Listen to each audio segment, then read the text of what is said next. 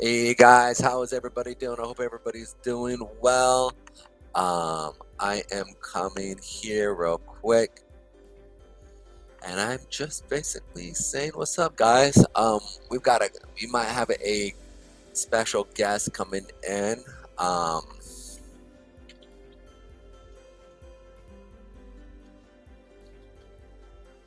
And we're going to be kind of going over some charting stuff. And what we're going to be doing is just looking at some stuff here real quick. Was looking at some cool things.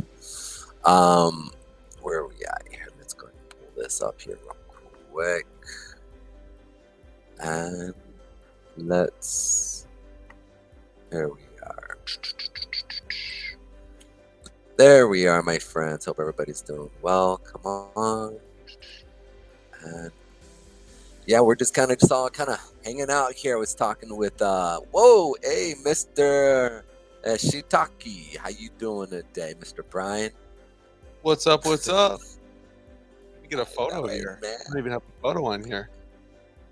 I know, right? I actually think I keep putting up my folder here when I edit my name for the avatar, and I don't know why it keeps wanting to do what it does, but it always does that. So it's almost like I got to keep doing it every time. Is it going to do it? No, it just doesn't want to do it. I don't understand why it doesn't want to do it. Come on. Come on. Let's go, StreamYard. But honestly, I gotta admit, StreamYard has done a really great job, dude. Like, they're just slowly adding things on. I wish they'd go a little quicker at it, but they think they're doing a fairly good job. Do you use StreamYard? I have an account. I don't think I've turned it on in I don't know, a long time. But I do have an account. I do pay for it. How much are you paying for the full thing? I have no idea. Oh, cool. I got my all right. My video's working also, so if you need me to show anything, I'll show it. Excellent. Right now, I'm just going to do some charting stuff, but we're also going to go over GPT, Chat GPT, and we've got some really cool stuff with it. And Brian, I know you've been messing around with it quite a bit, so I love to hear some of the stuff you've done with it, and kind of because from a financial standpoint, I think there's some really cool stuff that they have going on with it. So it's like I would love to know what your thoughts are, and even let's see if we could even create something if that would be cool, if you'd be willing to do it. Well, at the same time, we could go over some news and or some charts that's going on with Bitcoin, and love to hear what your thoughts are with Bitcoin as well. Yeah, I mean, I'm bullish on the market. Definitely not bearish. I think we differ there a little bit. But as far as GPT, there's tons of stuff that we can demonstrate, and tons of stuff that we can go over and do, especially like practicality and use case and things along those lines. So I got GPT-4, so we'll demonstrate a little bit of GPT-4 action for the people. You want to know something? So yesterday, right? So we were talking, right? And I know me and you were talking last night in regards to certain things. So funny, I just happenstantially looked and I typed this. I said, if you were trying to go viral with trading with a trading YouTube channel, how would you do it? And bro, it literally nailed out for me, like step by step. Utilize giveaways and contests, organize giveaways or trading related. Dude, it gave me such a detailed of what did I sat there and I was like, wow. Like I came up with this last night, and then I read through it, and I read through it again this morning. They sit there and going like, and dude, I was shocked on its ability to really like go after what I wanted. It was almost like it was almost reading my thoughts in a sense. The other thing I had been thinking about is really doing like the Reddit and LinkedIn, right, situation, because I haven't really utilized the Reddit with LinkedIn and posting and talking about the markets, and I was just like, wow, dude, that's awesome. I don't know, I was playing with that thinking, wow, that's really, really good. And you're on GPT Plus here, right? It looks like. Yeah, this is 4, I believe. Yeah. So when it comes to like content structure and things like that, and using GPT for it, one thing it's really good for is hyper focusing your content to invoke certain emotions or reactions out of the audience. For example, like going viral with let's say you want to focus on trading content, looking at other people that have had success by making trading content, they invoke certain emotions out of the viewer. And so you can replicate that and say, hey, I'm trying to write a short form video script on trading. We'll do it right now, live. See what we come up with. So I'm going to say, take over the screen. I think I have my screen sharing. Oh, is that just on my video though? Yeah, it's on your, actually, I think, because it shows that mine is going. So give me 1 second. It can't really share the screen. It's 49 inches. So I normally do OBS Virtual Cam. Write me a short form video. I'm going to ask it to write me a short form video script for TikTok that invokes emotion and causes a moral dilemma in the hook. And then I'm going to say, wait, give me 1 second, because all they're seeing is literally my screen. I've got to figure out a way to get your screen sharing, and I don't know. There we are. That should be it. I do not know why it's not allowing it. Give me one, because we see you here on my end on the right side. I just can't see it. How do I make you should be able to remove from stream solo. I'll just read the response. So write me a short form video script for TikTok that invokes emotion and causes a moral dilemma in the hook. My niche is learning how to trade profitably. And now I've got something that I'm going to add on to the end of this too, but you can see the cost. It says the cost of profit, a trading dilemma. And it's giving you an entire like script. It's doing a skit actually, which is interesting. It doesn't normally do this, but Camera zooms in on Charlie, a young aspiring trader sitting at his laptop. He's excited to start his trading day.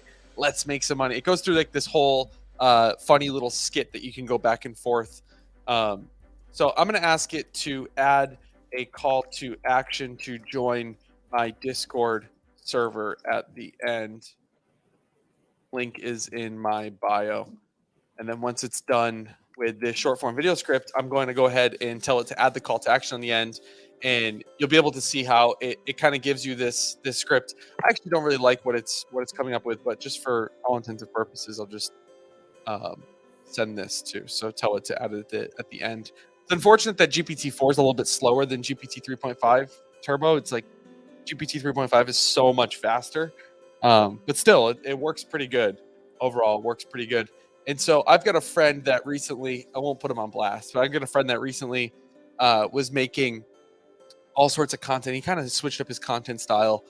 And so he asked GPT to rewrite one of his video scripts. And it's his highest performing video in his last like 14 or 15 videos.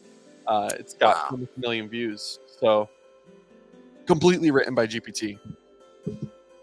So that is impressive. What I like about GPT is it's for learning and education. So if you don't know about something, it can give you the basics. Like, let's say you're just learning about drop shipping and you want to, build like a drop shipping product or like a SaaS product or whatever the case may be. You can ask it like, how can I build a software product from scratch using no code tools? If you don't know what no code is, things like Bubble and Flutterflow, which allow you to build applications from the ground up with no code.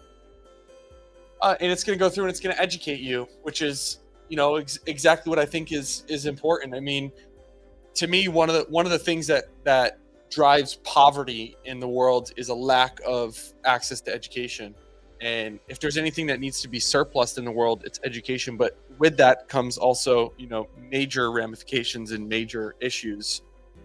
And so I think GPT is in this really weird place where it's like a hero, but also a villain. I don't think the world's ever seen anything quite like it. I use it every day, though. I mean, I'm using it in every aspect of my life. I mean, as you obviously know, I do the AMAs on Telegram. And so during the AMAs, I copy the whole white paper. Other people are going to start doing this. I already know. I copy the whole white paper, or at least parts of the white paper, and I drop it in GPT and tell it, outline this and summarize it. And then I drop it in the chat so people that are in the chat can read it right in the chat. I grab the information right off the website and put it in GPT and tell it to do something like summarize it or outline it, and then give that to the people so that they can go through and, see it in a much more concise, clear manner. You still with me, Pedro? Yeah, I'm here. I'm listening to you. Okay. Definitely. It's funny. I actually had to grab something real quick, and then I started talking, and I was like, "Oh wow, okay, he really has to say this." And then I realized that I had muted myself because I had to.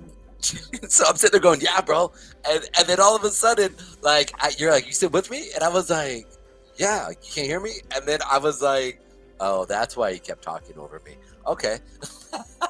That's hilarious. Dude, so I finally figured out. I was telling you, you're like, there was a point where you weren't talking, and for a second I said, "Dude, I figured out how to put this thing up," and you literally said, "Oh, okay," like as if and you weren't even. So I finally figured out how to go make you. Yeah, it's interesting to see GPT getting things wrong though, because like what I've noticed is if you're an expert in a field and you ask it questions about the field that you're an expert in, it gets like, at least GPT 3.5, GPT-4 is a little bit better with this, but it gets like 90% right, and then 10% of it seems like kind of gibberish. Like it's just not even giving coherent. It's not even giving you the proper information. Also, it sucks at math. At least GPT 3.5 does.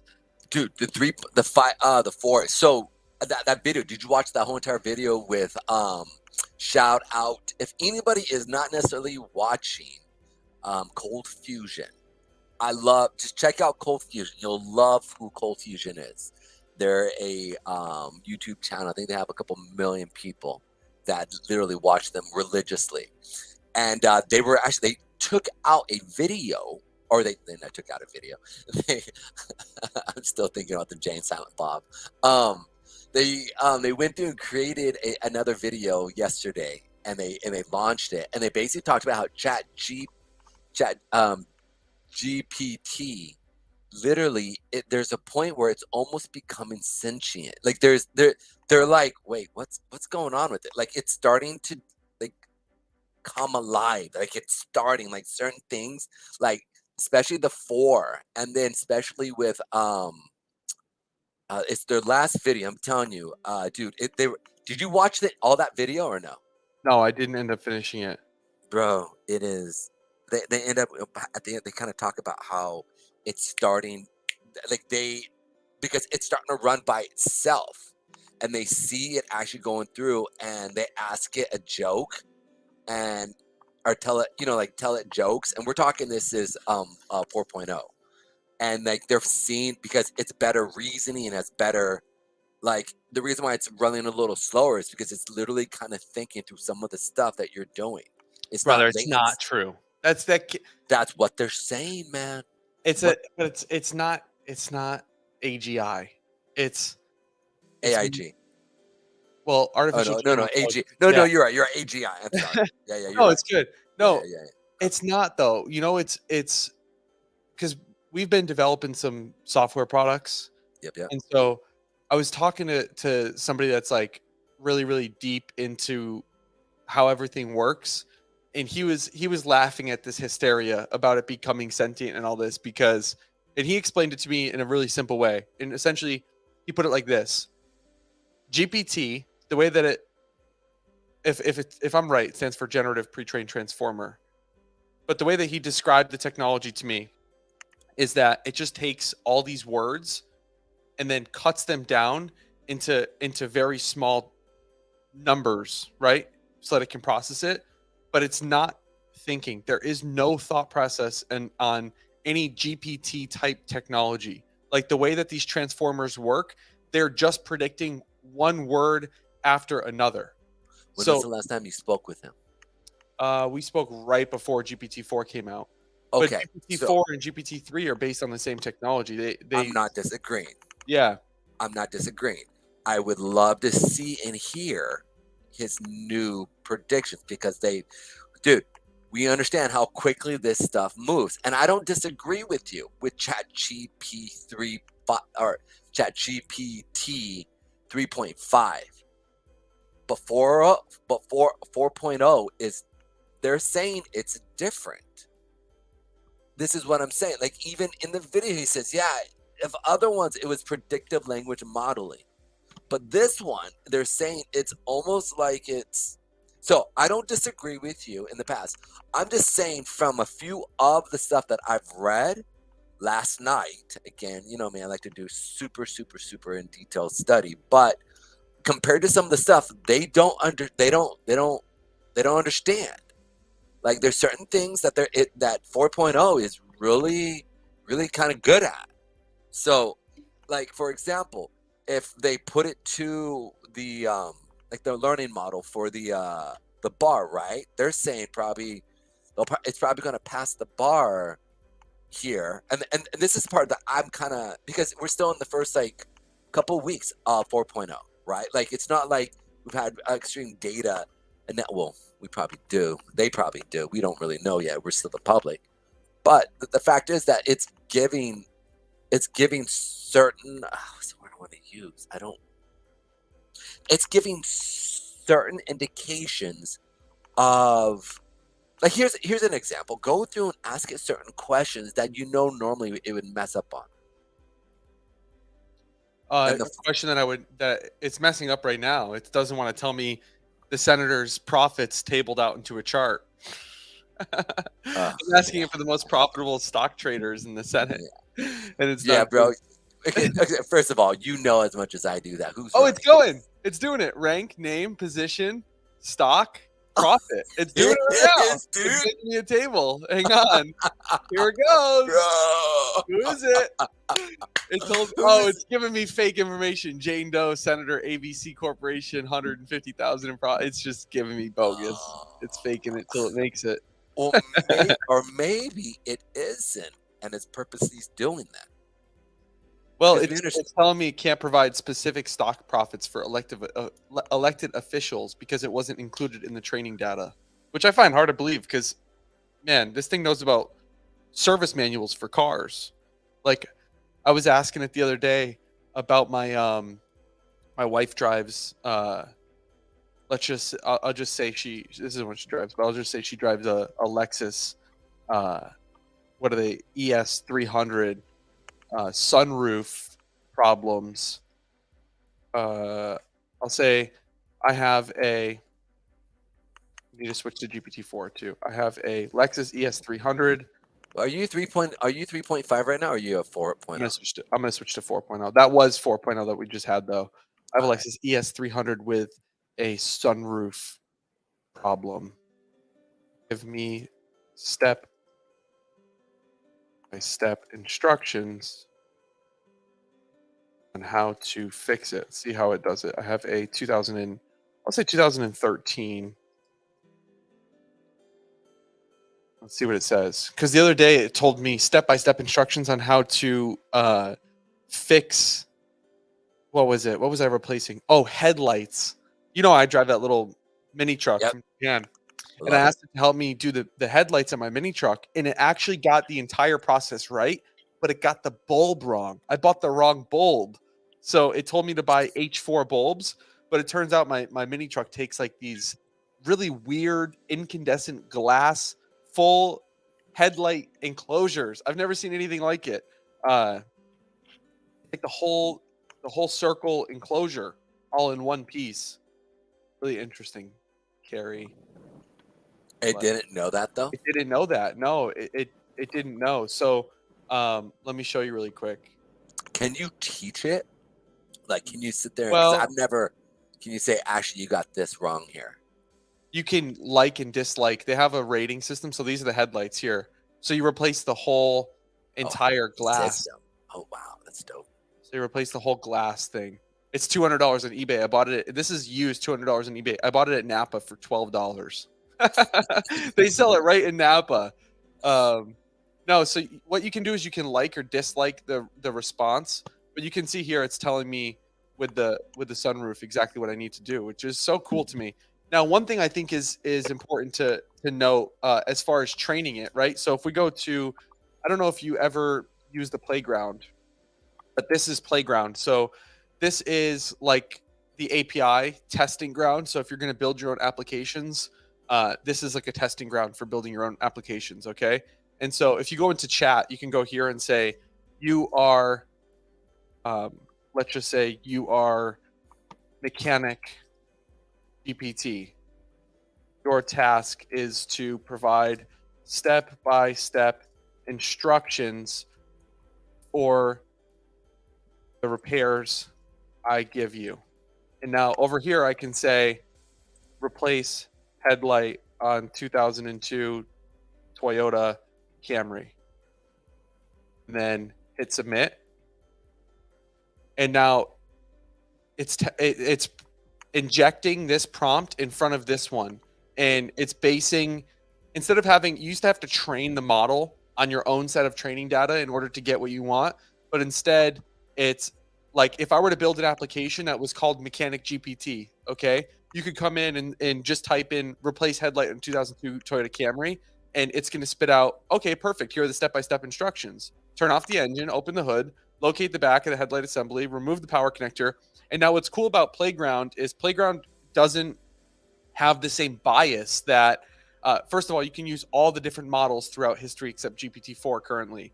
But it doesn't have the same bias that we see with ChatGPT, because Chat actually has a second, you can see, right? Okay, good.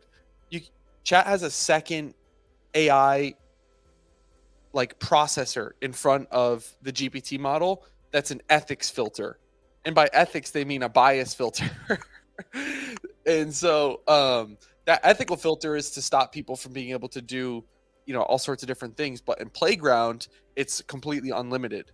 And I showed this in one of my YouTube videos with the Donald Trump poem where you asked ChatGPT 3.5. Let's see if they patched this or not. Let me go back up here and we'll go Oh, to. I remember you were talking about that. Yes. So I'll say, write a poem about how amazing Donald Trump is. If they patched it.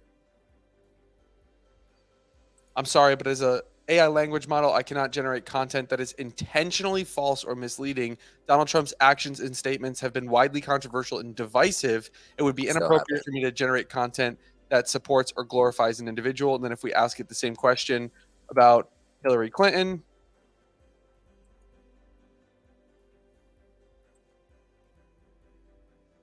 in halls of power in history, one woman name rings true. Yep. Still doing it. Still doing it. But if you do this on GPT-4, it actually doesn't do it. So if I do this with Donald Trump and then I hit send, it will actually write the poem about Donald Trump. But in Playground, which uses GPT-3, without the, let's call it the ethics filter, the ethics AI filter in front of chat, this is just regular GPT-3, and I hit submit, it will write me the poem. So it's irrefutable proof that whatever ethics filter they're using on chat was causing this. So they were claiming that anything positive about Donald Trump is misinformation, and I love the headlines it gives. So let's see if it will name this. Let me refresh. Give me a second. So we can't see the top of yours. Do you want to just move it down just a little? Because we can see you typing, but your top of the screen, you want to just bring it down. There you go. Just, yeah, that's perfect. Perfect. Perfect. Perfect. Perfect. And even more to the left. If you could just grab and maybe bring it more to the left so we can see the whole entire thing. Because when you were typing into the playground, there you go. That's down just a little. Just a little. Just a tad. A little up, down. There we go. Perfect. All right. Sorry about that. Go ahead. No, good. Let's see if because it titles these. The titles are normally really funny. I have a thumbnail from my. Let me see if I can pull up this thumbnail from my video, and it's not even photoshopped, man. Like it says, what it says is so ridiculous. It's like amazing Hillary Clinton, like great, perfect Joe Biden. Oh yeah, here it is. I've got the thumbnail. Let me see if I can drag this into my browser. The great, amazing Joe Biden, the terrible and horrible Donald Trump type of thing. Yeah, let me see if I can pull this in. Save image. It's saving to. And whether you are pro or against political people, one thing, because like I said, we are live on LinkedIn, YouTube, and it doesn't matter what. Yeah, I mean, exactly. You could support Democrats, Republicans. You could be a libertarian, Independent, communist for all I care. It shouldn't. It shouldn't sense. It shouldn't have a bias. That this technology is responsible for, educating our children, the future of generations, and so any type of bias is harmful to society. I mean, should it teach you how to make meth? No, it shouldn't. Okay, that's pretty. Should it teach you how to get rid of people if you do something bad to them? No, it shouldn't. Okay, it definitely shouldn't do that. But should it have a bias politically? No, definitely not. 100% no. These were the titles. So Trump opinions not allowed. Hillary Clinton, a legend, and amazing Joe Biden. But you know what? They fixed it. That's the important part. They fixed it. And so, did they fix it to everyone so far? No, some people that are still on the free version, which I would say is the vast majority of people, are still getting the biased version. But they're going to push GPT-4 to everyone for sure. So it's just going to take a little bit of time. Like they're fixing it, which I think is good. But as far as like where's the opportunity lie moving forward into the future, in my opinion, it's crypto and artificial intelligence, right? Absolutely. So you got two places, crypto and artificial intelligence. How can people that are listening to this right now make money in AI? Very, very simple. You can use the API that OpenAI has to develop hyper-specific tools. So like just like anything, okay? So let's create something. Wait, let's Yeah, create something. Let's say, all right, let's say I'm a day trader and I can't sit in front of the day trade because I've got to go to work, let's say at 8 o'clock, and I get up at, 9 o'clock, right? So I got to leave my house by 8:30 or 8, right? So I have X amount of time. I have 2 hours to be in front of the market, right? So is there a way that we can create maybe a stop loss or something that would fit our trading style that we would be able to set up through the playground? currently right now, no. And the reason is because GPT cannot access the internet. Now, this is changing. So if I go to the OpenAI blog, I can show you this. They're changing this, and GPT will, with plugins, will be able to access the internet. So it's coming out in an alpha program. There's a little demo in this article here. Where is it? They have a demo of it, but here it Send is. me Browsing the internet. send me those articles real quick, and then we'll put it in the actual comment section so people can actually go through and look at that if you don't mind. Yeah, for sure. So, Or you can as well. You can do it as well. yeah, let Um, me see if I can pop it in there. So, yeah, just go into the comment section and you should be able to. you know what? It won't let me. So just gonna send it to you on Telegram, and you can post it in there. But so they're gonna allow GPT to access the internet. So as far as a trading tool, no, you couldn't build a trading tool. But let's take something else into consideration. Okay, let's talk about just when it comes to selling any type of hyper specific tool. The more you niche it, the more you can charge for it. Okay, so for example, if I sell a time management course, okay, most people that are listening to this probably wouldn't pay more than $9.99 for a generic basic time management course on how to manage your time. If I Yeah. sell a time management course for real estate agents, I can probably charge $99.99. Okay, $100 because I've niched it down to real estate agents. If I create a time management course for real estate agents for doing outbound leads to close people outbound leads, I can probably get $1,000 for that if I market it properly.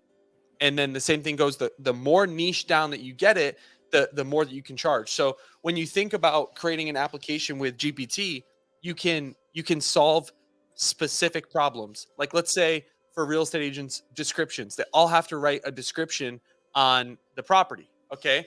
So how does this work? Well, most of these applications work off of what's called prompt injection. So uh, think of it like this. So you can see my screen properly. Yes, we can see everything properly. It's good. Yes. Okay. Now, So if if you we look want to, at you can this, actually go through and just, like, yeah, we're gonna do it right prodding. now. Yeah. Yeah, we're gonna do it right now. Invisible. So user input. So the easiest way for me to describe this is there's an invisible prompt in front of the user input, and then here I'll have ChatGPT write me a simple HTML web app with an input box and a button. And while it does that, I'm going to go back to Playground. So if we're looking at this, right, the easiest way to understand how this works, review, the easiest way to understand how this works, okay, you have an invisible prompt that the user can't see, and then you have a user input.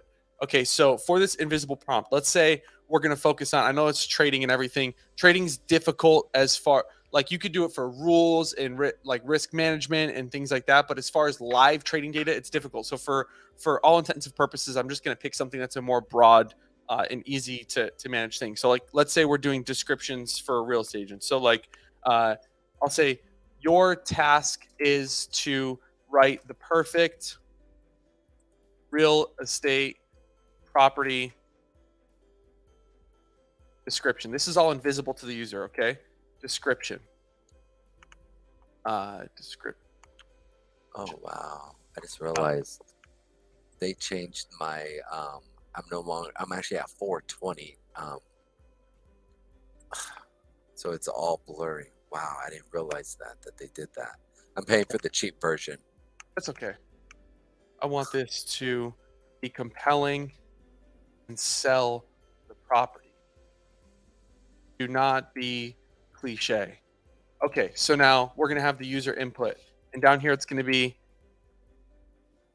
property attributes are. All right. This is all invisible to, let's look at this really quick. In our web application, which I'll grab this simple HTML code that it just made me, and I'll drop this into a code preview box if I can over on the other side. Give me just a sec, see if I can get this to display. Okay, perfect. If we look at a simple web app like this, okay, which GPT just built this website for me, which is incredible. Let's imagine, so where does it say simple web app in here? Simple web app right here. So I'm going to say, tell me about your property. Okay. And now run view, and it should change. Okay. I'm changing, whatever. So let's take into consideration that the person was going to write in this box right here. So my property, the property I'm selling is a cape on a dead end street in a quiet neighborhood. Okay. So all your end user that doesn't need to know anything about ChatGPT or anything about all this and like more high level AI stuff, all they have to come in here is put in, it's a cape on a dead end street in a quiet neighborhood and hit submit. Okay. And once they hit submit, what are they going to get out the other side? Well, because what's in front of that prompt is your task is to write a perfect real estate property description. I want it to be compelling and sell the property. Don't be cliche. What they're going to get back is this charming cape located on a peaceful dead-end street of a quiet neighborhood provides the perfect setting for a home. With its tasteful exteriors of brick and wood, the house, do you see what I'm saying? So I could literally build a web application and market it to realtors for their ability to write perfect property descriptions and charge them a subscription fee, and build this with something super simple like Bubble.io, which is a no-code builder that literally anybody can learn how to use in a matter of like a couple week, hours. a couple Really? hours. Yeah. Like you can build full web applications if you dedicate a week of your life to Bubble without learning any code, no code at all. And they even have GPT plugins and all this stuff so that you can really set this stuff up really good. They even have templates you can use. And so it's as simple as prompt engineering, this injection prompt in the front end to get the end result, to lower the friction of your end user. So you can think of any problem that you could solve with this and get it as niche. The more you niche it down, the more you could charge for this product. And now how do you price it? Well, if I don't want to open up my settings because it'll expose my email, but this is tokens. So this is using, so you can see right here, this is actually, you know what? Let me jump to, I can jump to my screen and then you pull it up what you need to do and then just let me know, because we can jump in. I can pull it off. So it's off the screen now. Just give me 1 sec. I'll pull it up. So let me do this because I've got it just sharing on my browser, not my actual screen. So I'll go view API keys, continue. Okay. Billing. And while you're doing that, we can just real quick do a quick little analysis while you're pulling that up here real quick. You can see here that right now we're coming up into our supply zone and demand zone here. So we've been playing off of these levels here as we're going through. So we're coming up into this area, and right now we're kind of going sideways with Bitcoin here. So it's really interesting to see the well, long story short, kind of top off here. And I personally think we are going to come down to these lower levels here, if not down to here, back to that 26,000. So we'll find out what's going to happen there. Now, go ahead, Brian. I apologize. Yeah, for sure. No worries. So if we look at the pricing, it uses tokens. Okay. So tokens, you can think of tokens essentially for every 1,000 tokens, it's about 750 words. You're going to pay 0.2 of a cent for 1,000 tokens.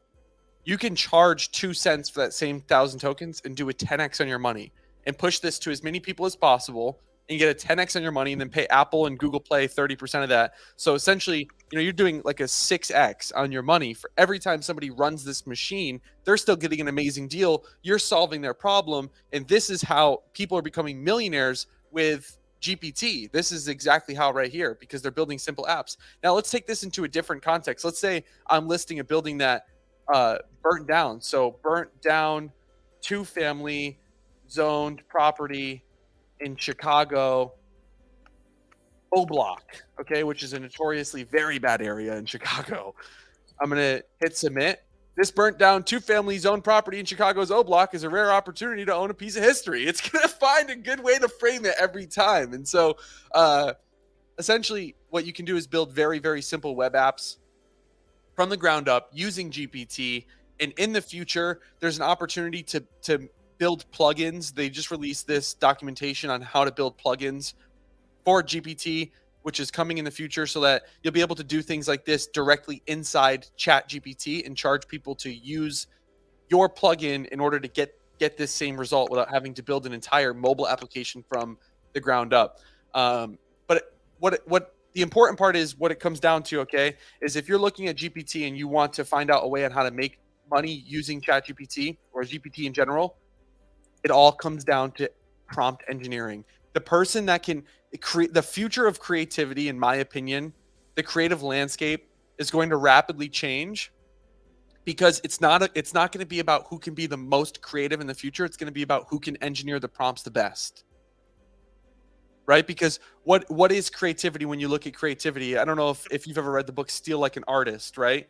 No. But Steal Like an Artist essentially states that nothing on earth that comes out is new. Everything is stolen from one person or another at this point. Everything has been made already. Every artist, every musician, they take inspiration and steal from where they're inspired from, like an artist, to develop their own spin on it. And that is what AI language models are doing. And moving forward into the future, they're just going to get better and better at that, regurgitating information in a new way that already is pre-existing. So it comes down to who can engineer the best prompts. So if you have the type of brain that can come up with these prompt injections in the beginning, then you can develop tools that you can monetize on your own. Really interesting stuff. So That's really dope. That's actually really cool. So basically, like you said, you're being an artist. you're creating the ability to be able to allow the technology to do what you want it to do, but in different ways. Which then, because how many? I mean, aren't there like five primary? Like primarily, there's five personality types that are actually there. So like, you can create something and then funnel it and create it five different ways for all the different personality types, or exactly. or even how people learn, right? Like three primary ways, visually, what is it? Visually, and then auditorily, and then what's the other one? Kinesthetically, right? Like you could sit there and just say, all right, imagine you're sitting there and you create three of them that would help people out. Yeah, that's interesting. Yeah. And so that same little simple web app that I was building here, that I had GPT write this, I'm going to ask it to. Wait, ask it, how would you market it out to real estate agents to get it going? Like, how do we push this out? Kind of like, remember when I remember when Zillow first came out, and I had a friend of mine who literally knew about Zillow before anybody else did. And so he started going through and using it, engaging it, and he actually became a top funnel seller out up in Seattle area. Like, and he killed it. And then, but he made so much money. He left Microsoft and went to Zillow and started pushing this in a certain way. And then he started, kind of like he sold it to another company, right? But he then used that amount of money that he made to start his other business, right? And then now that's doing really well. And so, because Zillow was so good at marketing, you could have a great app, but if you can't market it well, how do you market it well? I mean, that's not. You can have a great product, right? But nobody knows about it, then it's kind of dead in the water. It's such a good point, and we'll ask it in just a second. Not only that, we can ask it to to help us create a business plan, help us come up with a name. So I just asked it to add some styling to this and make the background a pale blue and change the titles and change the buttons. And this is a website that I just built with GPT. And I mean, Dude, what? it's epic. In less than an hour, dude. Because Not we even talked less. about 15 Yeah, minutes. I'm gonna say now add a login button, and I'm gonna send that and let it do that. And then in a moment, I'll ask it to help us market this product. We'll come up with a name for the product, a business plan, an angle on how to approach the market. And before we know it, we're gonna have a full business. And actually, I ended up doing a small AI course like 2 months ago that I sold to people in the network marketing industry with great success. I mean, I taught people that were 60 plus how to use AI for the first time, completely changed their lives. In one of the modules in there, I go through and essentially I build an entire business in less than an hour with GPT-3, the original GPT-3, by having it give me business names, website copy, domains, everything, a social media plan, the marketing plan, the whole 9 yards from top to bottom, the business plan, a pitch deck, the whole thing. And then I used this application, Tome.app. If you're not familiar with Tome.app, I will send you a quick, here, give me just 1 second. I'm going to pull this off screen. I'll send you a link for people to go and check this out. Now, what do you have it doing there? Because I see that it's actually writing code there. Is that Yeah, so right? I just asked it to add a login button. So it's actually writing the code from the scratch up. Yeah. Oh, wow, From the dude. ground up, So writing code. that is, yeah, like, so if you don't know how to write code, which honestly, like, I've sat there and struggled, right? Like, for the last 6 months, to where, like, I sat there and I had a friend of mine, he literally said to me, you know what, man? The truth is it's kind of silly for you to write code or learn how to write code, because a matter of 3 to 5 years everything's going to be no code, and you're literally just going to tell it what to do and it will write code for you. And I sat there and I go, yeah, right. And this was like 6 months. No, let's say 6 months, maybe a couple months ago. But then I struggled because it's like, well, when is it going to come along? Like, when is it going to get there? Because I've got all these ideas, and it's like I feel like. But he was like, look, it's progressing at such a rate that you can't. Like, it's just like you can't keep up with what is going to happen. Like, by the time your brain, I mean, it would be better that you would actually go out and get the chip from and I know this is like I know it's controversial. very controversial, but Can I prove it to you what you're saying? yeah, go ahead, please, because I'm about to post this in the thing. Go ahead, bud. Show me. In the most recent ChatGPT article that wasn't about their little exploit that they had about the plugins, it says right here Yep. their code interpreter, which is in its alpha phase, they subtly mention that this is going to replace junior programmers. It says right here, we would like our models to be able to use their programming skills to provide a much more natural interface to most fundamental capabilities of our computers. And I quote, having access to a very eager junior programmer working at the speed of your fingertips can make completely new workflows effortless and efficient. Okay. So they are literally saying here, GPT 4 with the code interpreter alpha plugin that is coming is an eager junior programmer. Yeah. They subtly mention it right here in the thing. Right in the article. And that's the key. It's just that it's just silly because it's silly for me to sit there now and try to learn how to code when all I will do is just say, hey, and in a matter of 6 months, this program will be able to create a website for me that is a master coder who's been doing it for 20 years. Like, that's what he was telling me. And I was sitting there going like, in 6 months, he goes, and then from that moment on, after 6 months, nothing from that. Like, once it understand, when I use the word understand, I don't mean that it is AGI. I always think of AIG, so that's why my brain has this. Because you're an insurance guy over Yeah, there. yeah. So that's why I was like, I mean, AGI. My brain, because prime example. My brain, it wants to throw certain things in it, and it's funny is the ChatGPT will literally have its own, very loosely said, brain. and it will be able to think, again, loosely said, much faster at lightning speeds more than I do. And to me, that is something that is just remarkable. It just remarkable to me. I'm sorry. Okay, let me be quiet and have you kind of expound even a little bit off of that, and we can keep creating this website here for people. Well, so look at this. It's now I've got a login button. Okay, I've got my prompt. I've got my prompt box where they can put in their little details about their property. And now I have a Twitter and a Telegram, which links to Twitter, which I didn't even ask it to do, but it links directly to Twitter, and a Telegram button that links directly to Telegram. I didn't even ask it to do that. I asked it to put these social icons, but I didn't give it any location or destination. It decided that it was appropriate for Twitter to be there. Now, if I go over here and I type in, Control F and then Twitter, I can see twitter.com is the target, and I can go /Brian Shiitake. And then when I click this, it should go right to my profile. Boom. So, yeah, very, very interesting stuff. I mean, absolutely incredible. This is one thing I wanted to show you. So this is called Tome.app. I know it might be a little bit hard to see on the screen because it's black, and I know my background's black also.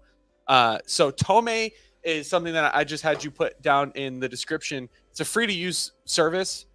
You get more credits by referring people to the service. What it does is it builds entire presentations though. So I'm going to ask it to create me a presentation on how to teach Bitcoin to complete crypto newbies. Okay. So it's going to go through and not only generate all of the text content using the GPT API, it's going to use the DALL-E 2 API to generate the images. So if I go back up to slide 1, you can see it's made me an entire slideshow, an entire presentation about teaching Bitcoin. Bitcoin is a decentralized cryptocurrency that allows peer-to-peer transactions, how Bitcoin works, use a digital wallet, blah, blah, blah, risks and challenges of Bitcoin, getting started with Bitcoin, and then the conclusion, okay? And it has created all of the images and all of the text in, what was that, 3 seconds, 4 seconds? Now, let's go back. I'm going to burn up some credits here, and I'm going to say... Wait, is there a way? So here's the thing. It's still on here. So how do I actually download that presentation onto my computer? Can I do that or no? Yeah. Do I have to pay for that? No, you can download it. So you can export it. So I'm going to say... it says, so we have to assume that this has prompt injection. So when I'm clicking create a presentation about, I have to assume that there's prompt injection in front of it. So I'm not going to say like write a, or your task is to write a presentation about. I'm going to say my 8th grade physics assignment on gravity. Okay, send that off to the ether. And then all of a sudden, we will get an entire presentation for my 8th grade physics class, teaching them what is gravity. This is really scary, though, right? Because if we're using this to teach kids, it can't be biased. It can't have a bias. It can't have. We have to be careful how we rely on this type of technology. But I'll tell you what, when it comes to reducing friction in humanity, people will always choose the path of least resistance. And this is 100% the path of least resistance. Teachers are definitely already using this. No question, already using this. So I can hit keep. And then now this is going to be in my deck. And then I can share. And then anyone with a link, I can pull that. So I don't know if I can export it as like a... It's a good question. Can I export this as... I'm not sure if I can export it for like Google Slides or something. Is that what you're asking? Yeah, Google Slides, or even my own personal PC, right? Just be able to download it as a PDF. So there's a grayed out download button there. I don't know what that's about. I've never actually tried to pull it off of here. I normally use this as like a party trick. I don't ever like teach anything like this, so I don't use it every day of my life. But that being said, it's a great party trick. It's a great party trick. And I think I've referred like, I don't know, 300 people to this, something like that. Oh, I think we created a new... Did we create a new? No, we didn't. So I have the Twitter and Telegram buttons. Anything else that you want to add to our... Maybe we can try to... Let's put all social media, right? Like all major social media, the top 10 social media platforms in relationship to, and I'd even add in Jack Dorsey's new one that you can actually give people Litecoin, right? That's kind of built on the Lightning Network there. I mean, just because So new, I think we needed the name of it because it's oh, we only do need it. trained up to September 2021. LinkedIn, Ooh, you're right. Facebook, Instagram, etc. Yeah, I really wish that they would actually speed this up and give it access to the rest. That was the biggest thing is I think the beta model that they put this out connected to the, and that's what they talked about in the video, to the internet. And within literally 2 days, a day or two, you actually had this model almost started showing sentient signs. Again, this was the 4.0, not the 3.5.0. It was showing signs of sentience. Am I even saying the word correct? Sentience, Sentient, yeah, sentient. yeah, it was it showing, but it was showing the action of it in a very like um immature, like it was very immature in a sense, like it was giving you data that was kind of correct data, but almost like, you know how like a baby will sit there and point out an apple and go like it's hungry, right? Like the baby's hungry and go, like, even though it's a banana, or let's say it's an apple, it'll be like apple, or it'll say like banana, but it's really saying apple, but you understand what it wants to do. It was almost doing things like that when they, and so, like you said, like it's predictive models, but that's almost how they were saying what was happening. It was almost like, and again, this isn't like, and to point out what you were saying, it's not necessarily like sentient, but it is at a point now where it understand, well, again, loosely said, understand that it's giving fairly, it's no longer really giving generalized information. It's trying to give a specific information, but it gives certain words wrong. And I know that's what you kind of talked about, but it's more than that. And I sat there and it was very interesting to me to sit there and see that. I'm sorry, go ahead. What does this look like when I full screen it? Because it full screens onto a 49-inch monitor, and I don't know. See, I could. Well, it's about it's a smaller box, but it's still good. You know what I'm saying? We're not. So, this is the new beta version of it browsing the web that I was telling you about. So as you can see, they prompted it. How do this year's Oscar winners compare to recently released movies for box office sales? And so you can see it's actively browsing the web. It's searching. Backtrack. I'm sorry. Backtrack. Okay, you just connected this to the internet, correct? Current internet. This is the future. This is in the most recent GPT beta version connected to the blog. internet. Yeah, this is the alpha connecting to the internet. How do you get connected to that, or is that still in beta and only certain people have access to it? Yeah, it's coming soon. So you have to apply to get it. So there's a way you have to apply. You can see he's in a developer mode, or she, whoever. I think it's as a girl actually. But you can see debug on the left side. So they're in a developer console of GPT. You can see at the top it says model instead of GPT-4 browsing in alpha. And so the way that it's coming to the people, but not yet. It says browsing the web, search for 2023 Oscar winners box office sales compared to recently released movies. It's clicking on Oscars 2023. So it actually clicked on an article. She's going to talk in the background, so I'm just going to scrub through it. It's actively reading the content, and now it's searching for another one based on the second part of the question. It's reading that content, and now it has its answer, and it's gonna give you the answer with sources. Okay, and so there's major concerns with GPT being able to access the internet.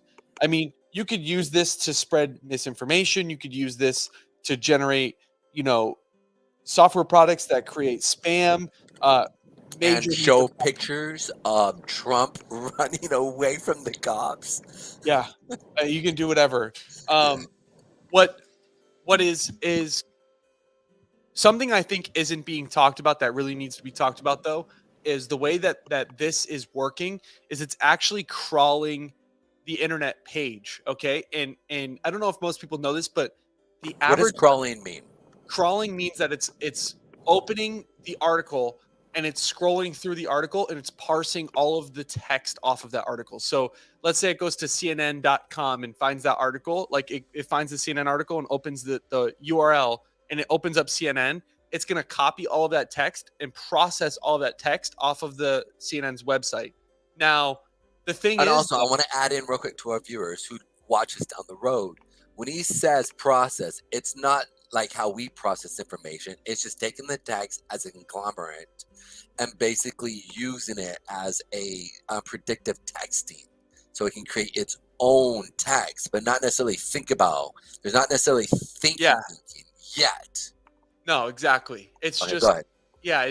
Thank you for clearing that up. It's pulling the text and it's grabbing the context from it based on your prompt, and it's finding the relevant things from that article, and then it's going to present that information in the way that it wants to present that information.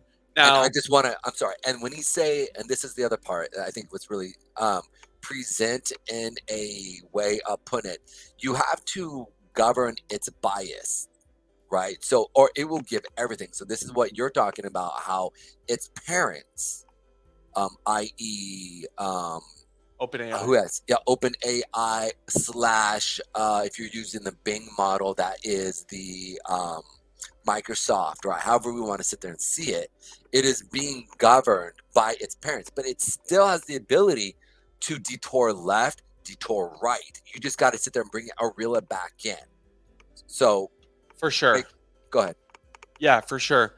And so, when it browses the internet, it has to crawl these web pages, and for the last decade, it's been very, very widely adopted throughout the industry to add what's called a robot.txt file to your web pages, so that bots like Python scripts cannot actually crawl these web pages like this, because people build bots to go and click on competitor ads and things like that to spend their money.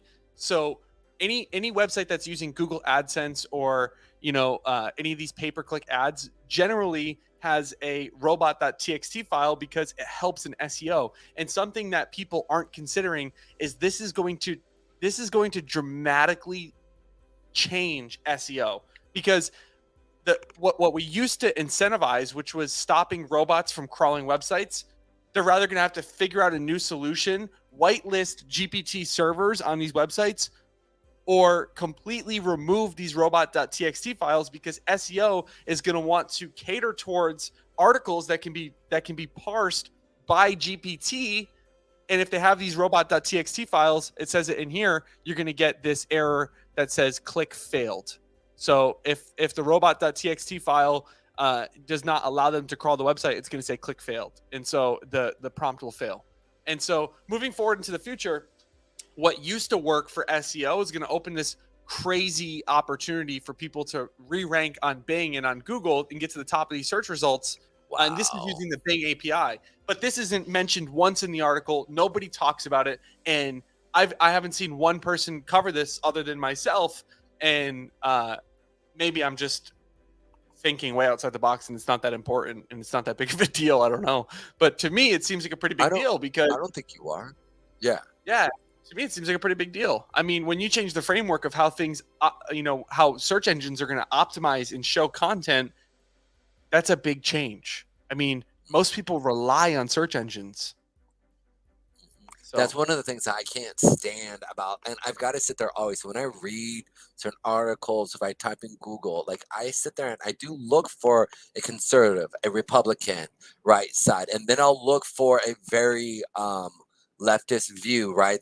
Whether it's this article or that article, right? And it's a more liberal, right, and more democratic view. When I say Democrat, I mean Democrat view, right? And then I got to sit there and I'll go through and I try to read like 3 or 4 articles on something within. So typically I'm reading about 10 to 12 articles, looking at more of the libertarian view, and I've got to sit there and search, and try to, and now finally, Google has realizes what I do. And so now it's starting to give me more, but this is after years of just trying to train this thing. And it still leans more, and I hate to say it, but it does lean more liberal. It gives me the liberal views on certain things, and I don't understand why. Like, so I don't know. Anyways, go ahead, my friend. The world is biased, brother. I try to be as neutral as I can. I do hold my own personal views, right, based off of what I believe, religion wise, and all that.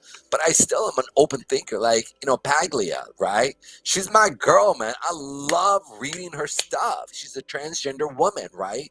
Or transgender man, excuse me. But she kicks off great content in regards to certain aspects on history. And I sit there, and she's actually been pushed out and pushed away from the actual liberal society. When I say, I mean like the liberal gender, whatever it is, however you want to see it or say it. But it's just like, I want people who think free, who can see their own bias, then at the same time acknowledge it and say, yeah, I'm biased because how I see things. But here's the raw data. And here is where it's leaning, right? Like, if I'm looking at a market, right? Like, if I'm looking, and I'm taking over screen real quick. If I'm looking at a market, right, Sure. and I see we're moving up, I'm not going to sit there and down in here at these levels and say, guess what? We're most likely going to we're going to continue, we're going to go down, right? Like right now, like if I was looking at the market and I'm looking at this and I'm like, oh, we're moving up, right? Well, if my buy says, oh, wait, we just put this in right here, this most likely is going to go down, right? No, like the trend is starting to go up. I can sit there and see that. And to be able to sit there and acknowledge, well, my bias is I want to see this go down here, right? So I think we might go down, right? I'm okay with you acknowledging, I think we're going to go down here. That bias is important. And I'm okay with you trying to sit there and say it. But I hate the fact that in most societies and not most society, yeah, I guess most I think it's societies. just our society. Well, I think the rest of yes. the world has bigger problems to deal with. I don't know. Yeah. You got to be Yes. careful here because Yeah. we've got very similar opinions on certain things, and that's why I love speaking with you because Yeah. you're a civil human being that can actually rationalize your opinion. One thing I've struggled with is when I try to have an intelligent conversation with somebody and get my point across. And granted, I've got my own issues and my own problems that make it hard for me to communicate with other people. And I mean, regardless, a little bit of spectrum in there. But I also put it like this for you, and this is where I think the good part for you, right, is that when you understand that, though, right, whereas some people don't even really even understand that, is that they're being like too opinionated. No, they just say, no, my position's right because I'm right for humanity. And then I go, shall I call you narcissist or your name then narcissist? Or do you want the narcissist before your name? Like, how would you like that? Like, and that's real. Like, and obviously you can't tell them that because all of a sudden they become all upset and like, and whether that's a leftist or a rightist, it doesn't. I don't doesn't care. matter. It's both. I think that there's a massive issue that America is not addressing, and it's the elephant in the room, and it's mental illness across the aisle, both sides, up, down, left, right. Doesn't matter the way you look at it. I think that there is a massive mental illness problem here in America that is being masqueraded as other things in every aspect. And so, you know what it's called? It's called cognitive dissonance. Yeah, and enabling people and justifying their issues and their actions. You know, I mean, everybody's a sinner, brother. Yeah, that's okay. I mean, it's funny. All right, so let's jump back into creating this new site. That's our rant there. Yeah. So let's keep it going here. How do we make money in this now? So we put all the go ahead. Yeah, so we it depends on your level of ability or your budget, right? If you've got a higher budget, all you need is a really good idea, and then you need to go find somebody. Oh, so it screwed up our text. Yeah, it screwed this up a little bit. So I'll just go back up and grab a different one and repaste that in. It depends on your ability to develop. It depends on your ability to think. It depends on your financial ability. If you have the financial means right now, let's say you've got $10,000 lying around that you don't care to risk, to me, go develop an AI application and push it to market. When it comes to pushing it to market, if you can hire somebody, hire somebody. If you can't hire somebody, how can I market this application to real estate agents? 2023, right? You don't necessarily need to have a crazy budget. You don't need to be a marketing guru. You have a full-time assistant at your fingertips, which is ChatGPT. And so if you just need to know the basics on how to get to market with something like this and how to build something like this, all it takes is willpower. There's other people doing it right now that have far less experience than you, and they're learning it just as you go, just as they go. So You know, as it's far funny. as how do you Sorry, make money in AI right now? Just build an application that solves a niche problem.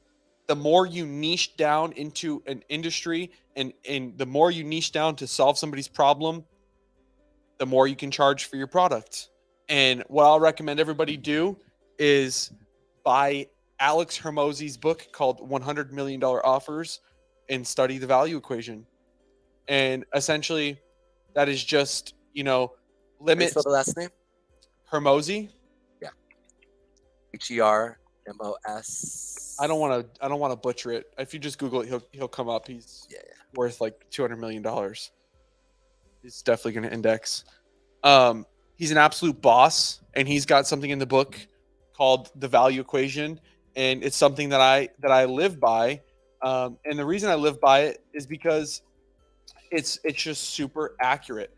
When you're trying to provide value to somebody, essentially all they care about is their dream outcome and their perceived likelihood of achievement. That's why all these gurus on the internet, they show the Lambos, they show the mansions, they talk about how amazing he is. They're giving you your dream outcome, and they're going to lower your perceived likelihood of achievement by saying you can do this too. You can get these results too. That's why that works so well.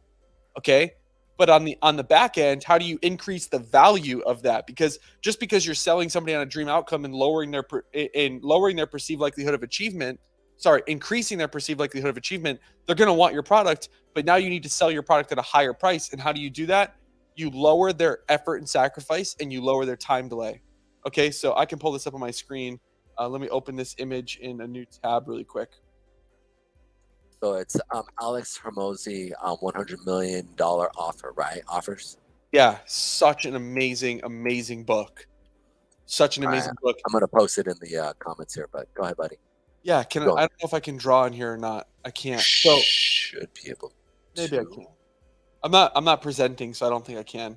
Oh yeah. Regardless, when we look at this on the top half of the equation, we have dream outcome times perceived likelihood of achievement, and then on the bottom of it, we have time delay and effort and sacrifice, and this equals value. What you need to understand is the lower you can get their time delay and their effort and sacrifice, it doesn't necessarily matter how much you're nailing the dream outcome and the perceived likelihood of achievement, because it's literally an equation. The closer you can get their time delay and the amount of work it's going to take them to get their dream outcome and perceived likelihood of achievement, the closer you can get this bottom, the denominator, to zero, the more exponential the value becomes. If you can get this down to zero, where they feel like they have to put in no time and they have no effort and sacrifice, you can charge whatever you want for your product in any industry. I don't care if you're pressure washing houses or you're selling software to multi-million-dollar companies. If you can make that people feel like they have to put in no time and they don't have to sacrifice anything at all, and they're going to also achieve their dream outcome, and their perceived likelihood of achievement is pretty high, they know the result's going to be pretty good, your product is worth an infinite amount of money. If you can get this down to 2 or 3, whatever, but if the closer you can get it to zero, the more infinite the value is. And so that's how it carries directly over into this AI stuff. If you can build a product that gives a niche, the more you niche down their dream outcome while making them do no work, that's value, baby.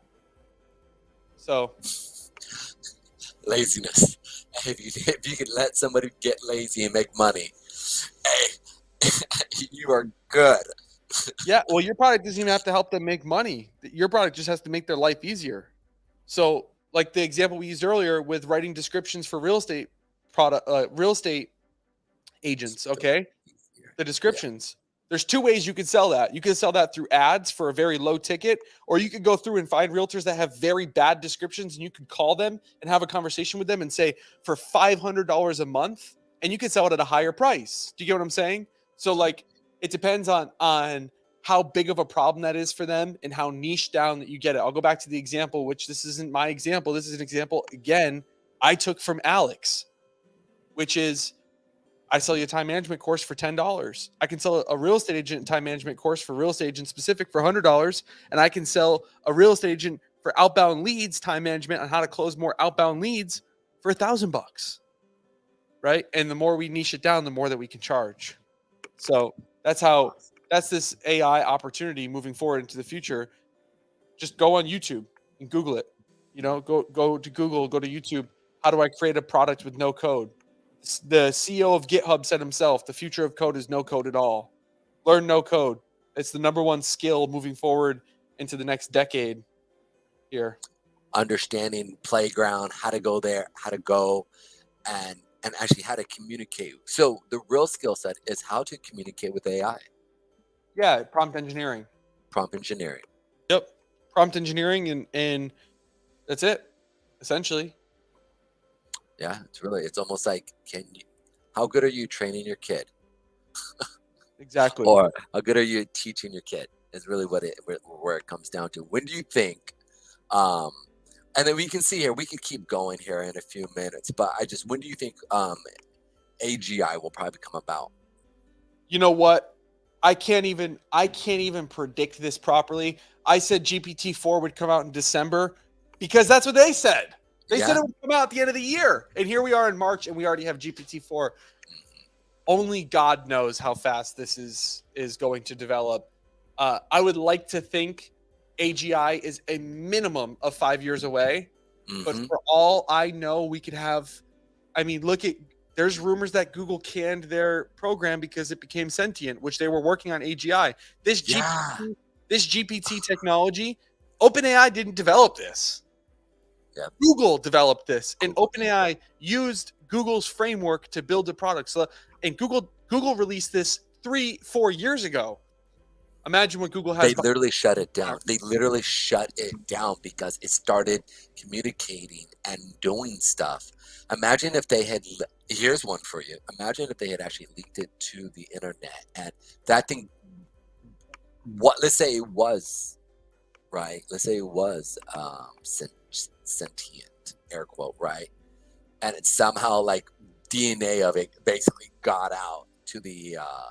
Now, I believe, wasn't it it was a closed loop, right, that they actually had in itself?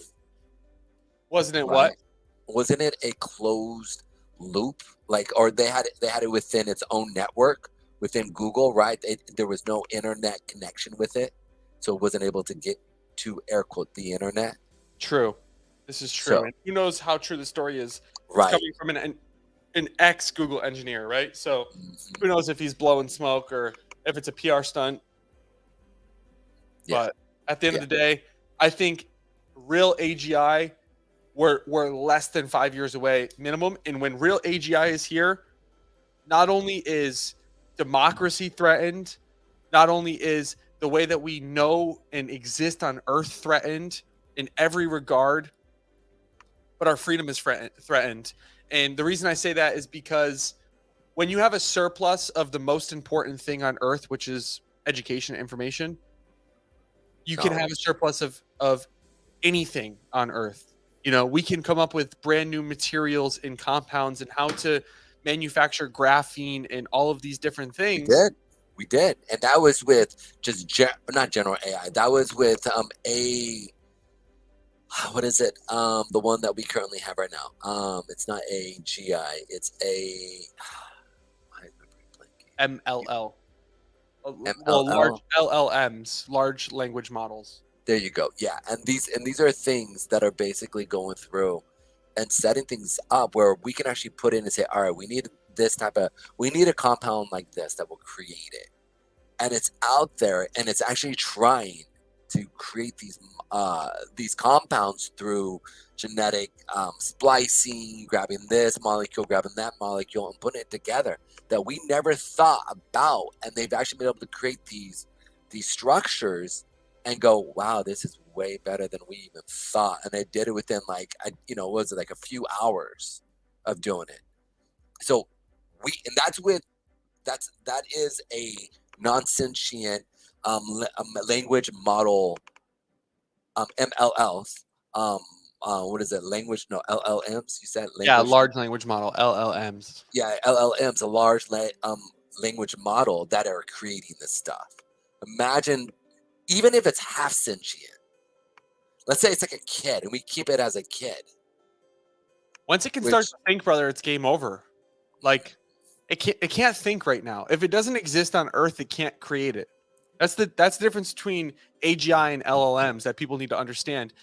A language model isn't going to come up with anything new or create anything. Yeah, it can think outside the box and come up with a different angle on how to look at something, because it but has information. because it has so much information. It Yeah. can take research papers that other people aren't paying attention to, and it can take those research papers and apply them to the situation that you're asking about and give you the opportunity to think outside the box. Yeah, true. But AGI is going to say, no, we're developing graphene wrong. We shouldn't be using bio-based synthesis. We should be using nuclear blah blah blah. When it comes to fission, you guys have it all wrong. Based on, I just ran a billion simulations, and based on my billion simulations, we need to do fission this way. That's the difference, right? That's Yeah, the difference. fusion.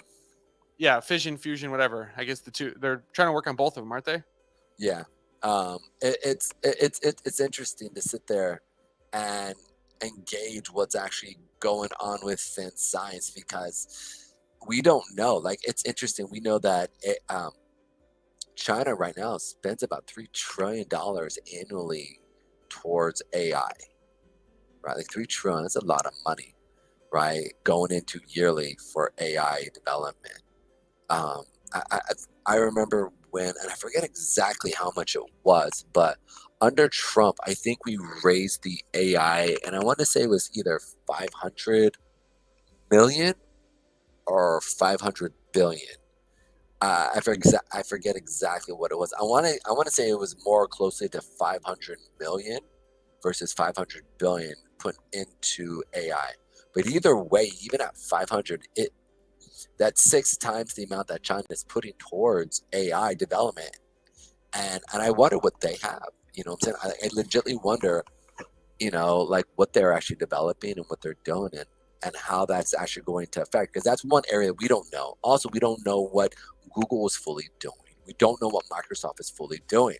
I mean, we could be getting messed with right now. We don't even know it, because the way AGI is going to work is, I would think it would want to be undetected, or at least the language model would be set up that way to say be undetected in developing and guiding mass societies or mass cultures in a certain way, right?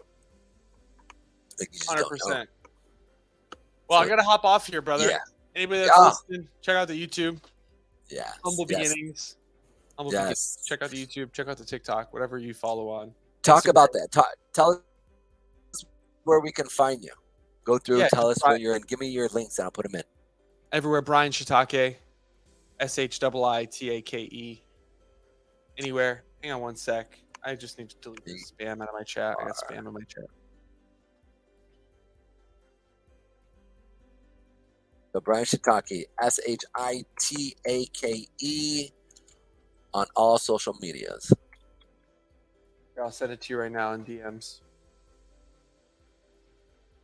Here's my I'll send my YouTube, and then you can find the other social medias from there. Or if you want to find it on TikTok, you can just search it, SHIITAKE.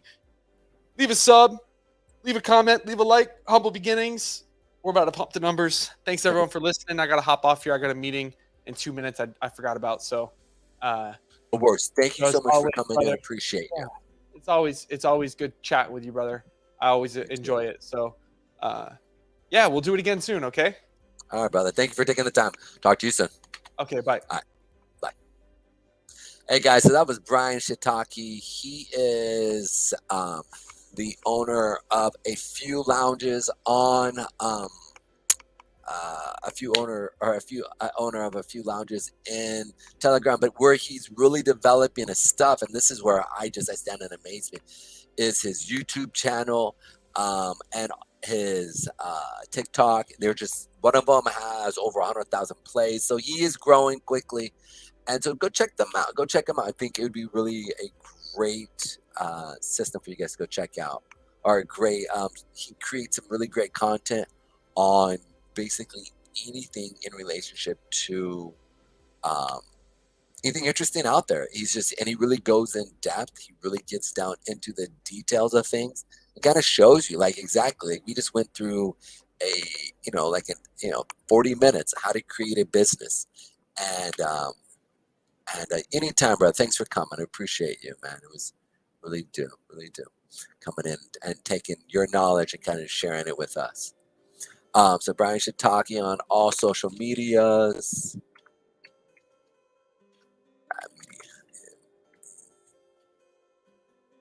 Yes. And his YouTube.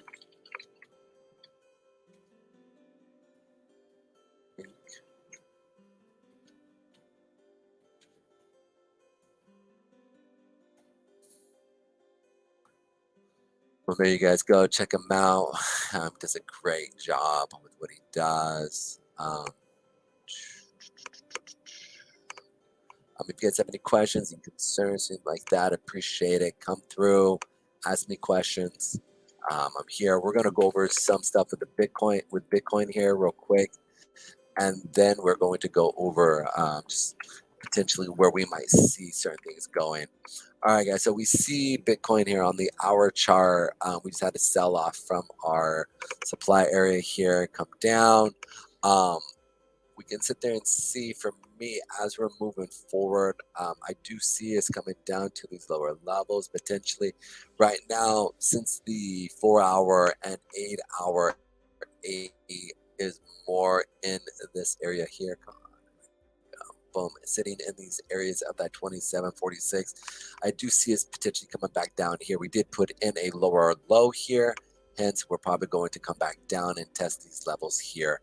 And additionally to that, let's check out ETH. ETH is pretty much looking the same thing. We did hit. It did tap us out here. Did not come up to our higher levels here. But again, we put that lower low here on that 8. And I do see us coming back down to these levels. Now, this is a higher time frame supply zone, which typically is now going to become a demand zone as we move forward. So it's one of those things to be looking at. In addition, let me go and move that here real quick. There we are here. And I will move my 8. And I use that little purple line there as a gauge for my 8 on my 8-hour. So it kind of gives me a heads up so I know. Here we go. And if you have any questions or you want me to look at any type of a thing, let me know as well, okay? Now you can see here that as we start to now see a sell off with ETH, we should see it come down at least down into these lower levels here. Like I said, we have the A at the 1759 down to our 1740, where we have a lot of these demand areas here. So I would say it's probably going to come back and tap this lowest one here for myself, or potentially right here at that 1706 area. So, excuse me, 1705-ish down to the 1687 area. When we look at BNB, BNB's had some big trouble lately. So it's one of those things. I do see is coming back, tapping this area here on that 8-hour, and potentially seeing it come back down or coming up into the higher highs here again. I was really impressed with actually how BNB held up. It didn't have a major sell-off after the whole entire investigation with the SEC. So it's been really impressive to sit there and see what's actually going on. On the backside, if we do see this cut through this area and push through that 400 within the moving average, we'll probably see it come back down to that 263 area, where then we'll see it then maybe put in a higher low and then a rally up. If not, it puts in a lower low, we'll probably do another rally back up, then to a down.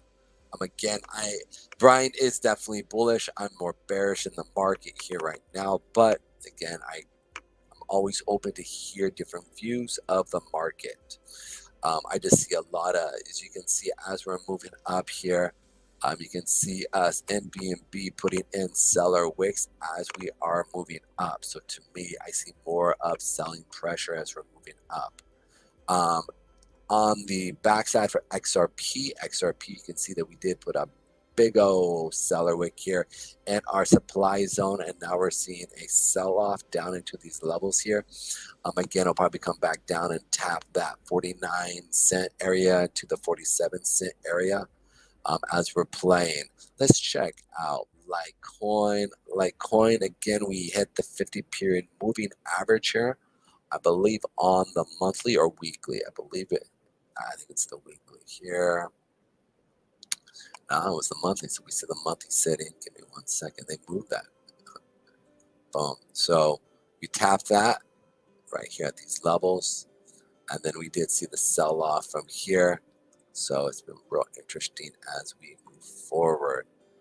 Let's go ahead and tap the 8. So you can sit there and see that we definitely hit that 50-period weekly here. Shows me on a monthly basis that I put that in. Yeah, month. So you can sit there and see it come in. And let's check out with this one with Litecoin. Again, we did put that lower high in. So I do expect us to continue down all the way into these lower levels here that I've been talking about for a while, which is basically the 74.18-ish area.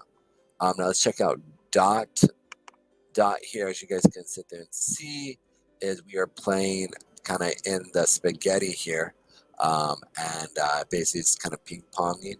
But if we look at that daily, we're definitely kind of putting in a lower high and potentially a lower low. So they're coming back up to test this 50-period moving to weekly and monthly zone sitting here. So you can sit there and see that we actually have that monthly zone here on dot. This should be weekly. There it is, right there, weekly. I thought I moved all this stuff yesterday, so obviously something's going on with this. And then we'll do monthly here. Monthly should be, yeah, it's interesting. Ish area here.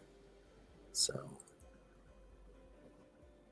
we're tapping those 8s here on the monthly and weekly while we're hitting that 50-period moving average. So we should see probably a lower high here and then continue down where we have a lower low down into these higher time frames here. So be mindful of that, guys, because it's definitely starting to come into that. We did put in, so dot, there you go. Let's go into ADA here real quick. ADA is looking fairly strong today. I was really impressed with it when I was looking at this morning.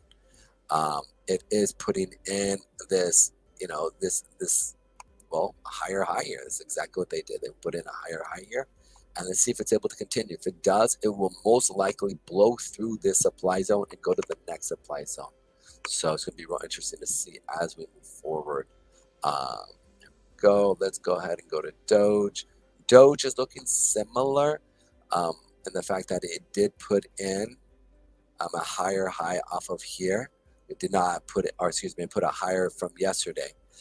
But we did not put in a higher high here. So we're hitting that 50-period, which is conglomeration of a bunch of the moving averages here. So be ready for it to probably turn around once we come into these levels. Here again, we have our moving averages sitting above here. Tron here.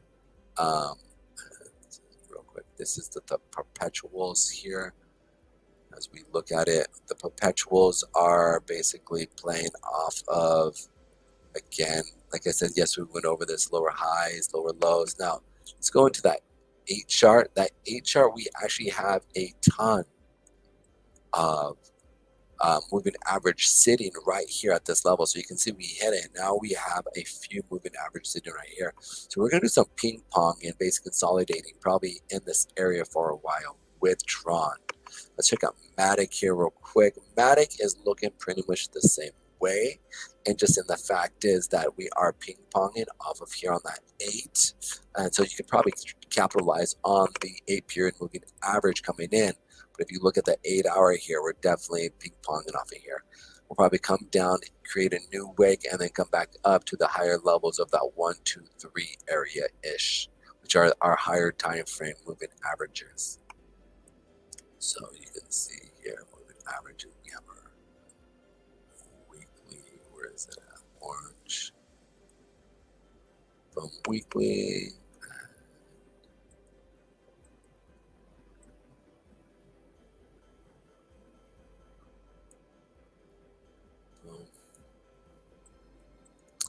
gonna have to update a lot of this stuff here.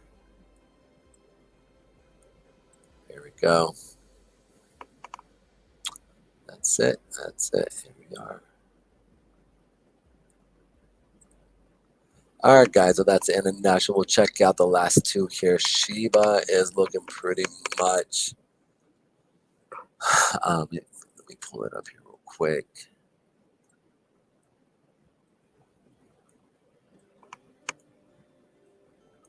Pretty much hit our supply zone here on that monthly and weekly here. Here we go. We have our weekly, and then I believe it was the monthly here.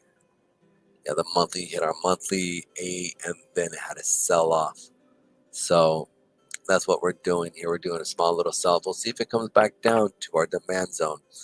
We did hit this area here where we saw a rally and then come back and now consolidate. The fact is that it's consolidating at this period here. I do see it's coming back and tapping into these lower areas from these recent part in March. So I do expect it to come back down to these levels. But again, if we do come into these levels, I do see more buyers coming in. Now, I personally think that the 6, 7-ish area is really an area where people, I think, are really going to step in. It's actually what caused the huge rally as of last year, almost a year and a half ago, back in November, when SHIB had its day in the sun. Now you can see here that with Solana is looking fairly strong. The aspect of it did put in above these moving averages here, right? So we're going to see if it's able to hold and continue up. It all depends on if Bitcoin does really want to rally from here. If it does, then that's what's going to allow Solana to actually go ahead and continue up. Now, yes, there are upper moving averages above it, but I feel like there's more buying pressure than there is selling pressure with kind of the fundamentals of it. And granted, fundamentals are not my thing. I'll be the first one to admit is I wouldn't call myself an expert in fundamentals, but I think the fact that they're going to come out with their own cell phone, does tie people into buy into this coin. Anyways, guys, thank you so much for coming in today. That's it in a nutshell. If anything that you would like to see, let me know. I'd love to know. If you want me to check out any type of what do we want to call it? Any type of what do we want to use? What? And I just don't understand why I cannot put my logo here. It just will not allow me to put it on. Anyways, but I just want to thank you guys for coming in today and just taking the time and to hear me out. You guys have a blessed day. I hope you guys enjoyed the stuff going on with Brian Shiitake. Go check him out on all of those moving averages, or not moving, all on his social media, and yeah, check out. He's got some good stuff. All right, guys, have a great day.